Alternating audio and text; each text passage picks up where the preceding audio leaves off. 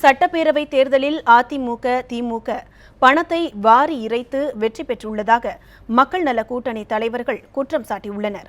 சென்னையில் செய்தியாளர்களிடம் பேசிய அவர்கள் இவ்வாறு தெரிவித்தனர். தேர்தல் முடிவு பற்றி சொல்லுகிற போது ஊழல் பணபலத்துக்கு கிடைச்ச வெற்றியாக தான் நாங்கள் இதை பார்க்குறோம்.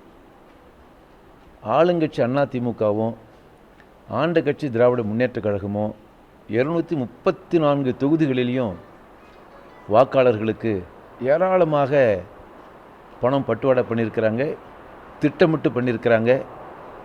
அது ஏதோ 2 தொகுதிகளுக்கு அரவக்குறி தஞ்சை 2 தொகுதிகளை ஒத்தி வச்சுருக்காங்க ஒழிய 234 தொகுதிகளையும் 2 கட்சியும் அதிமுக திமுக 2 கட்சியும் பணம் பட்டுவாடா பண்ணியிருக்கிறாங்க.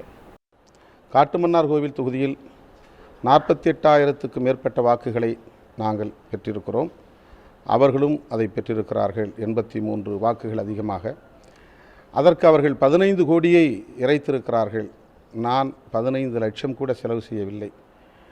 தேர்தல் செலவு, எங்கள் கட்சிக்கான செலவு கூட செய்யவில்லை. இந்த நிலையிலே நாங்கள் தமிழகம் முழுவதும் எங்கள் அணி பெற்றிருக்கிற ஒவ்வொரு வாக்கும் 1 கோடி பொன்னுக்கு சமமானது. பணம் கொடுத்து வாக்குகளை பெற்றிருக்கிறோம் என்பதற்காக அவர்கள் வெட்கப்பட வேண்டும்.